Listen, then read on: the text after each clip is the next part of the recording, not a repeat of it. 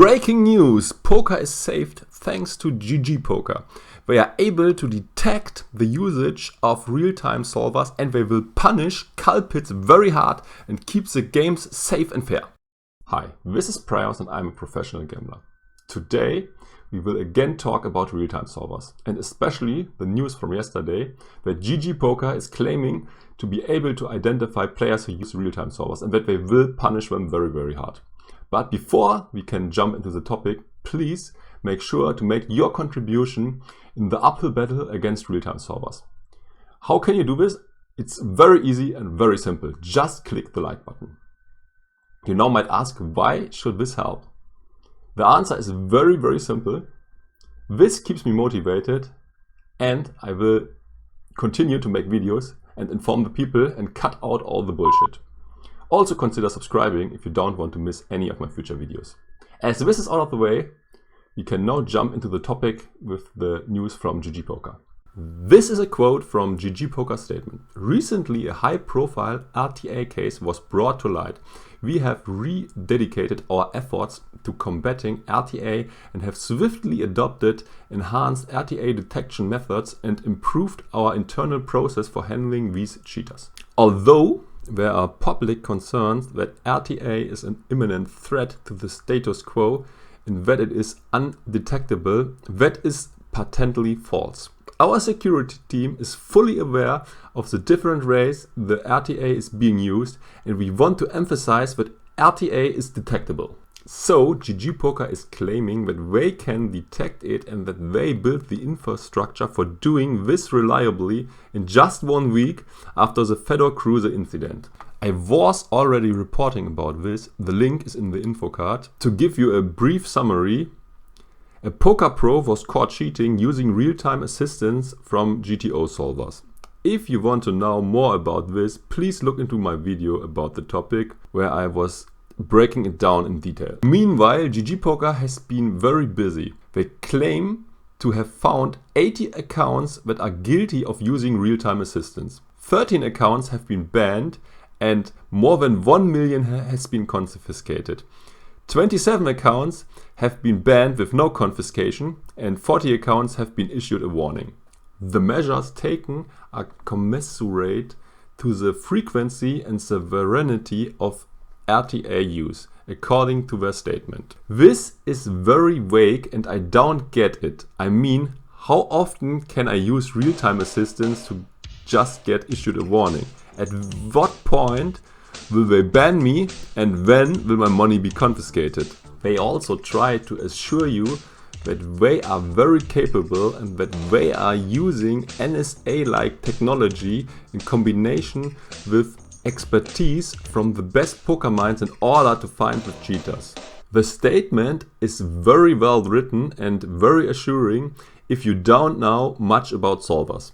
But later more about this. Let's first finish this and get into more details about the GG news. Cheaters will be facing the strictest and hardest measures available, namely a permanent ban and the confiscation of funds. I wonder why they still added a community-based reporting system to mark suspicious hands. This would not be necessary if they really would have this NSA-like surveillance system in which no scammer can go undetected. I guess their big data analyzer system aren't as powerful as they want you to think they are. But it's still a good thing to be able to report suspicious activity very easily. I like this feature, although this will most likely also get people to fill a lot of false accusations.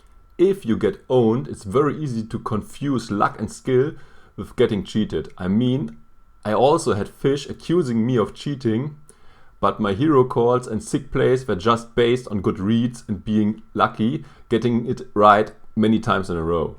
GG should definitely make sure that their investigations are as sophisticated as they claim them to be. And this should definitely not produce false positives, resulting in innocent people getting banned and money stolen. I mean, there are people out there who work a lot with solvers off the tables, which is not prohibited, and these human GTO minds might also get flagged and banned, or worse, although they just play great poker without any real-time assistance. In my eyes, we are getting into a territory which is worrying in the GTO debate, where there is at least the potential for players to get penalized, although they don't use real-time solvers, but they just play very, very well. In the public debate, it always sounds as if there is the ultimate GTO solution out there, and only one. And if a player follows this solution, it is obvious that he is cheating, correct? Although this sounds correct, it isn't. The GTO solution is always based on game trees which players have to design first. These trees get very big and complicated very fast. This is why you cannot solve the game perfectly. Based on your computing power, you will be able to find solutions more or less complex. If you only got a small machine, you will have to cut back and simplify your solutions a lot. Also, no solves are identical unless people share them. This is because people define their trees very, very different. Every player makes other simplification and defines different bet sizes and also different number of bet sizes and also different behaviors of the players when raising or re-raising. Some might just go with one or maybe two sizes due to memory restrictions, while others have maybe 4 sizes.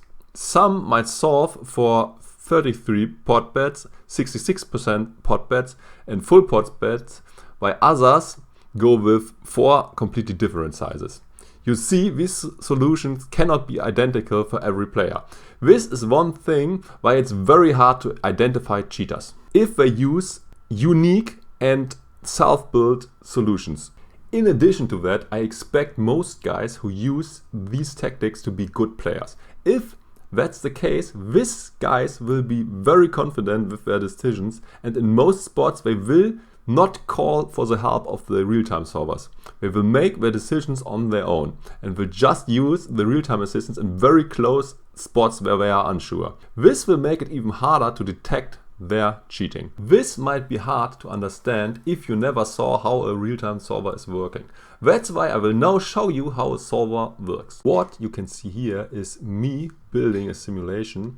The game is PLO and it's 6 max with stacks of 100 big blinds. I will exclude pre-flop limbs to keep the tree small. This shouldn't hurt too much as limbs are an inferior strategy anyways. Pre-flop we will only allow 1 bet and raise size, and this is pot. Now we also need to define the post-flop tree for this. We exclude pre-flop as we already built this. We will allow people to bet 3 sizes which are 33%, 60% of full pot.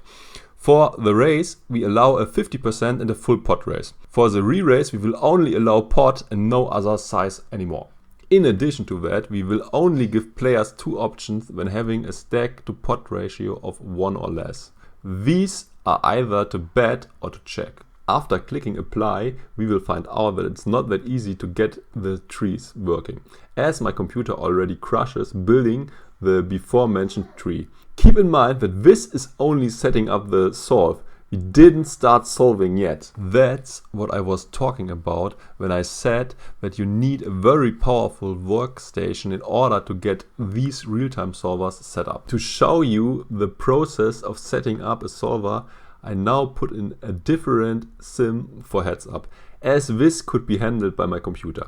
As you can see, there's a lot of RAM needed in order to solve these problems. You now got 2 options to solve this. First, you could go ahead and buy a really good computer. If this is too expensive or if this is still not good enough, you got to make the simulations less accurate, or you have to limit the possible actions the player got in order to reduce the RAM usage. Both will obviously hurt the results. If you reduce the accuracy, you cannot expect perfect recommendations, and if you limit the possible actions, this will also hurt the quality of the simulation. To make stuff solvable, you can, for example, exclude donk bets or limit the number of players to 2 on the flop. It also is common practice to limit the number of cold calls or don't allow them at all. There are also a lot more settings which make every simulation unique if a player took the time to set up customized thresholds. After building the game tree, you probably recognized that there isn't just one GTO solution. Or let's say There is one GTO solution in theory, but today's computers are not powerful enough to find it yet. That's why you need to make assumptions and you unfortunately have to limit the possible actions. This will result in different equilibriums for all solves, making it hard to detect the usage of real-time solvers. In addition to that, you also have to go down with the accuracy of the solvers in order to be able to still solve it. This is at least the case if you don't have NSA-like equipment. This will also result in some inefficiencies and different optimal decisions in quotation marks, as there can only be one optimal solution, obviously. To be honest, we don't play GTO yet because of the computational restrictions we are still under, but we can find solutions that come GTO very close.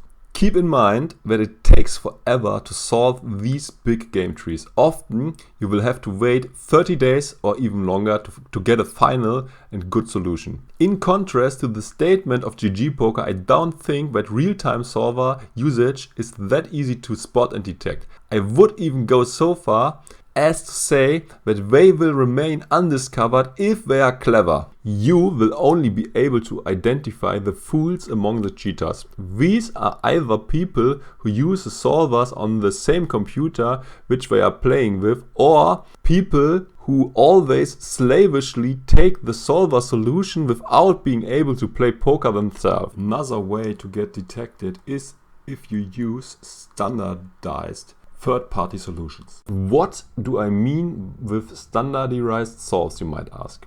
I mean with that you can buy sims from other people, or there are also some solutions where you can make use of pre-solved hands, for example a tool called Poker Trainer. These solutions will allow you to put in a pre-flop action and also a board, and you will get a GTO approved solution for this situation, which was not designed by you, but by the owner of the website, which is offering the service at a subscription fee.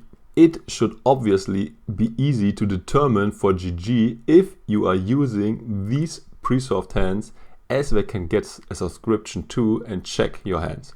This obviously becomes a lot more difficult if you have your own unique simulations. So my conclusion is, it is not easy and very time intensive to build a working unique real-time solver, as you need to build appropriate game trees and wait for them to get solved first in order to be able to use them as real-time assistants. It's also not cheap to build such a setup, as you either need to buy a very good computer for the more difficult simulations, or you need to rent a server for a few $100 a month. You also need to have good poker knowledge to build game trees that make sense. But if you did all that, and if you use your solver on a different computer than the one you are playing on, it will be very difficult to convict you, especially if you only ask the solver for help in tricky and big pots and play the rest of the hands on your own. If GG Poker has the goal to eliminate all guys with real-time assistance, they will either not be able to do it, or they will also ban a lot of innocent world-class or good players which got on their radar because they play close to GTO without RTS. This is my take on the whole situation. Please let me know what you think about the actions taken by GG Poker. What would you do to stop the spread of the pandemic of real-time solvers in GG Poker's shoes? This was it for today. Please like if this was helpful. Also, please subscribe to help my channel grow and to make sure to not miss any of my future videos. Thanks for watching. Bye.